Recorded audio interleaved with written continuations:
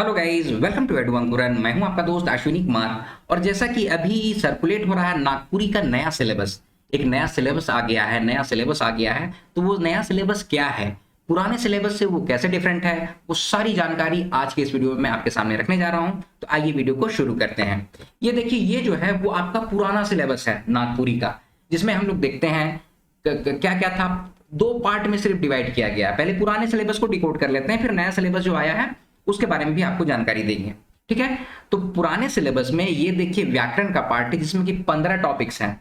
Under व्याकरण 15 topics को ये कवर करता है। और साहित्य में देखिए क ख ग घ 4 खंड हैं। ठीक है, आइए अभी जो नया सिलेबस जो सर्कुलेट हो रहा है वो मैं आपके सामने रखना चाहूंगा। ठीक है, ये है आपका नया सिलेबस। ठीक है, इस नया सिलेबस में क्या है वो हम लोग देखते हैं। इसमें क्या है, खंड क है, खंड ख है, और फिर कौन सा खंड है भाई वो भी हम लोग देख लेते हैं, खंड ग है। ठीक है, 3 ही खंड में इसको बनाया गया है। ठीक है, तो पुराने वाले सिलेबस से नया वाला जो सिलेबस है वो पहले ही आपका छोटा हो गया। ठीक है, पुराना वाला सिलेबस 1 पेज में दिख रहा है। ठीक है, और ये 4 पेज में, यहाँ पर देख रहे हैं 4 पेज में है, 4 पेज में है, लेकिन ये काफी कॉन्साइज किया हुआ नजर आ रहा है। चलिए और आगे देखते हैं। इसमें आपको व्याकरण, सबसे पहले खंड क में व्याकरण का पार्ट, व्याकरण के पार्ट में यहां पर देखिए टोटल 10 टॉपिक्स आपको दिए हुए हैं। पिछला वाला जो पुराना सिलेबस था उसमें 15 टॉपिक थे, यानी 5 टॉपिक कट हो गए, यानी कि 10 टॉपिक अब आपको पढ़ने हैं। और उसके बाद आपको बतला दिया गया है, क्योंकि व्याकरण पार्ट को लेके काफी कंफ्यूजन रहता था कि कौन सी बुक से पढ़ा जाए, तो यहां पर बतला दिया गया है कि भैया आपको 3 बुक से ही पढ़ना है। नागपुरी सदानी बोली का व्याकरण, फादर शांति पीटर नौरंगी, उमेश नंद तिवारी और शकुंतला मिश्र का, और डॉक्टर वीरेंद्र कुमार महतो का, ये जो 3 राइटर्स हैं इनका जो व्याकरण का बुक आता है उसी को आपको फॉलो करना है। ठीक है, अगला है खंड ख। खंड ख में जो है यहाँ पर पद्य साहित्य है, जिसमें कि बहुत ही अच्छा और कॉन्साइज वे में ये बतला दिया गया है कि आपको सिर्फ लोकगीत पढ़ना है। लोकगीत में भी क्या, लोकगीत की परिभाषा और नागपुरी भाषा में लोकगीतों का वर्गीकरण, वो भी कितना, सिर्फ 10 गीत आपको पढ़ना है। ठीक है, पिछले वाला जो था लोकगीत मैं आपके सामने यहाँ पर रखना चाहूंगा। ये देखिए, इसमें देखिए नागपुरी लोक साहित्य था, इसमें लोकगीत ऑलरेडी था ही, उसके बाद फिर से एक लोकगीत था, कितना कंफ्यूजिंग था। और ठीक है, और अभी का जो सिलेबस है वो कंफ्यूजिंग उतना नजर नहीं आता है। यहाँ पर मैं आपके सामने रखना चाहूंगा कि अभी का जो सिलेबस है ये उतना कंफ्यूजिंग नहीं है। बतला दिया है कि भाई आपको 10 विविध गीत है, जिसमें कि 6 पार्ट में डिवाइड करके आपको बतला दिया है। संस्कार गीत 3, पर्व त्योहार के 3, श्रम गीत, बाल गीत, ऋतु गीत, सामान्य गीत का एक एक गीत, तो टोटल मिला के 10 गीतों का ही आपको अध्ययन करना है। कैसे करना है, कब करना है, क्या क्या करना है, ये बहुत जल्द जब ये ऑफिशियल वेबसाइट पे अपलोड कर दिया जाएगा। एक बात मैं ये भी बतला दूं कि ये सर्कुलेटिंग है, अभी ये अभी ऑफिशियल वेबसाइट पे नहीं आया है। ठीक है, ये जो आप जो अभी देख रहे हैं नागपुरी का नया सिलेबस, ये ऑफिशियल वेबसाइट में नहीं आया है। जब तक नोटिफिकेशन ऑफिशियल वेबसाइट में नहीं आता है, हम लोगों को जो पुराना वाला सिलेबस है उसी को फॉलो करना है। ठीक है, तो ये एक्सपेक्टेड सिलेबस है, लेकिन ज्यादातर चांसेस है कि यही आपको पढ़ना होगा। तो अपनी तैयारी आप लोग कीजिएगा। ठीक है, एक कदम हमेशा आगे रहना है। तो कोशिश यही करना है कि व्याकरण का जो पार्ट है, लोकगीत का जो पार्ट है, वो तो प्रीवियस वाले में भी था, तो आप लोग इसको कंटिन्यू कीजिए। चलिए आगे बढ़ते हैं। आगे है अब, अच्छा इसमें आपको बतला दिया गया है कि डॉक्टर भुवनेश्वर अनुज की जो बुक है और डॉक्टर गिरधारी राम गोंजू गिरिराज की जो बुक है, उसमें जो लोकगीत का सेक्शन है बस उसी को आपको पढ़ना है। ठीक है, चलिए आगे बढ़ते हैं।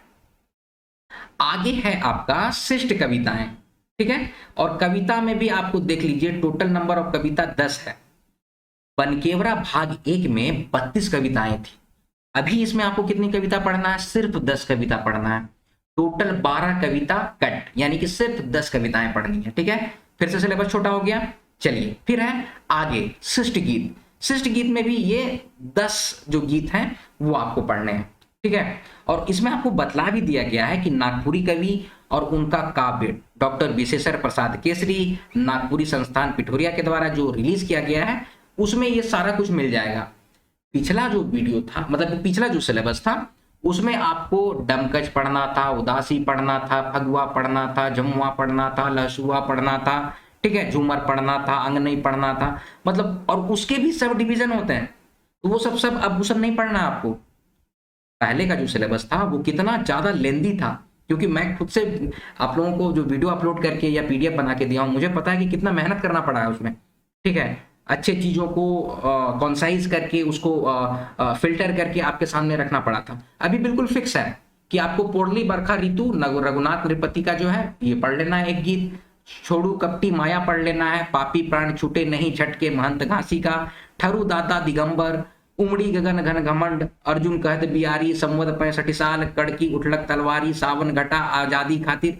यही सब गीत पढ़ना, वो थोड़ा सा इंटरेस्टिंग भी है। जो आगे पढ़ते हैं आप, आगे क्या है, खंड ग, ये आपका लास्ट पार्ट है। पिछले वाले में 4 पार्ट था, अभी यहाँ सिर्फ 3 पार्ट है, क ख ग। तो ग में आपका गद्य साहित्य था, वहां पर आपको बनकेवरा भाग 2 में बनकेवरा भाग 1 में 32 कविता और 16 गद्य साहित्य पढ़ना था।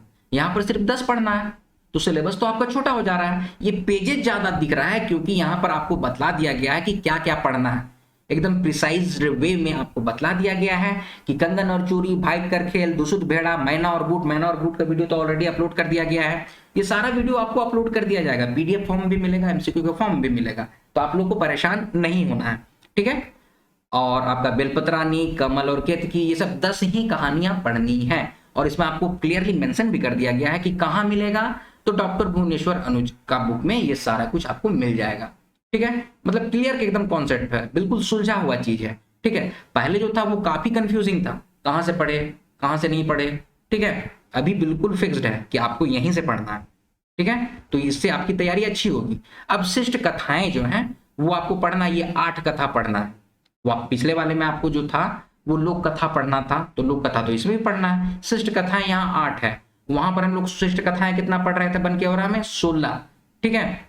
तो आप लोग देख लीजिए, यहाँ पर जो जो कथाएं हैं वो बतला दिया, और पाठ्य पुस्तक भी बतला दिया गया है कि एक चकता रौद, कांटी और रुगड़ा खुखड़ी, इससे आपको ये सारी की सारी कथाएं जो हैं वो कवर हो जाएंगी। जो स्टूडेंट्स हैं उसके लिए सिलेबस काफी अच्छा है, जो शिक्षक गण है उसके लिए सिलेबस थोड़ा सा, मतलब कि शिक्षकों को काफी बुक का अध्ययन करके एक प्रिसाइज वे में आपको नोट्स या फिर जो भी मटेरियल्स है वो प्रोवाइड कराना पड़ेगा। तो शिक्षकों के लिए थोड़ा सा टफ हो गया है, ठीक है, थोड़ा कठिनाई होगी कि कई बुक्स का अध्ययन करना पड़ेगा, उसके बाद फिर आपको एक अच्छा पीडीएफ या अच्छा नोट्स आपको प्रोवाइड कराया जाएगा, ठीक है। फिर आगे है, फिर नाटक पढ़ना है आपका ठाकुर विश्वनाथ शाही, जो डॉक्टर विशेश्वर प्रसाद केसरी के द्वारा है, ठीक है। और फिर ये एक चीज है जिसको ऐड किया गया है, जिसको मैं तो कहूंगा कि काफी अच्छा है। क्यों? क्योंकि जो इंटीग्रेटेड तैयारी कर रहे हैं जेपीएससी की, उनके लिए ये बहुत ही अच्छा होगा। जेपीएससी के सिलेबस के अकॉर्डिंग भी आपको साहित्यकारों के बारे में उनका जीवन परिचय पढ़ना ही है, ठीक है। और वैसे भी चैनल के माध्यम से, एडू अंकुरन चैनल के माध्यम से कोई भी कविता या कहानी आपको पढ़ाया गया है तो उसमें मैंने कोशिश किया है कि कवि का परिचय जरूर दूं। तो आपको यहाँ पर देखिए टोटल 8 साहित्यकारों का जीवन परिचय पढ़ना है। और तो और आपको यहाँ पर क्लियरली मेंशन भी कर दिया गया है कि ये 2 बुक अगर आप खरीद लेते हैं, नागपुरी कवि और उनका काव्य लेख डॉक्टर विशेश्वर प्रसाद केसरी, और आधुनिक नागपुरी कवि मनक साहित्यिक परिचय, ये वीरेंद्र कुमार महतो की बुक आती है, ये 2 बुक अगर आप लेते हैं तो ये सारे कवि का परिचय का जो पार्ट है, साहित्यिक निबंध का पार्ट, वो कवर हो जाता है। तो मेरे अकॉर्डिंग ये सिलेबस जो है वो काफी कॉन्साइज, काफी प्रिसाइज और काफी मतलब कि सुलझा हुआ है, ठीक है। अंतर बस यही है कि पहले का जो बनकेवरा पार्ट था उसको हटा दिया गया है, नागपुरी व्याकरण का पार्ट जो है वो अब थोड़ा सा सुलझ गया है। पहले का है कि बहुत कंफ्यूजन हो जाता था कि किस बुक से पढ़ा जाए, किसको फॉलो किया जाए। अभी के डेट में इसको मेंशन कर दिया गया है कि हाँ 3 बुक नागपुरी व्याकरण के हैं, कौन सा लोकगीत आपको पढ़ना है, ठीक है, शिष्ट साहित्य में क्या पढ़ना है, ये सारा कुछ बहुत ही अच्छे तरीके से और सुनियोजित तरीके से ये आपके सामने रख दिया गया है। तो ये है दोस्तों आज का वीडियो। जो नया जो सिलेबस अभी सर्कुलेट हो रहा है ये अभी ऑफिशियल नहीं है, ये बात को आप लोग ध्यान में रखिएगा। जैसे ही ये ऑफिशियल होता है और इसमें जो भी अपडेट्स आते हैं, इसको बहुत अच्छे तरीके से बुक के साथ मैं आप बहुत जल्द एक वीडियो अपलोड कर दिया जाएगा, जिससे कि ज़्यादा से ज़्यादा आपका कॉन्सेप्ट क्लियर हो जाएगा और जो भी तैयारी होगी उसकी तैयारी भी बहुत जल्द शुरू करा दी जाएगी। तो दोस्तों ये है वीडियो का अंत। आई होप वीडियो आपको समझ में आया होगा।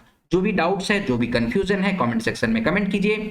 वीडियो पसंद आया तो वीडियो को लाइक कीजिए, शेयर कीजिए और इसी तरह की वीडियोस पाने के लिए एडू अंकुरन चैनल को सब्सक्राइब कीजिए। मिलते हैं अगले वीडियो में, तब तक आप लोग अपना ख्याल रखिए। जय हिंद।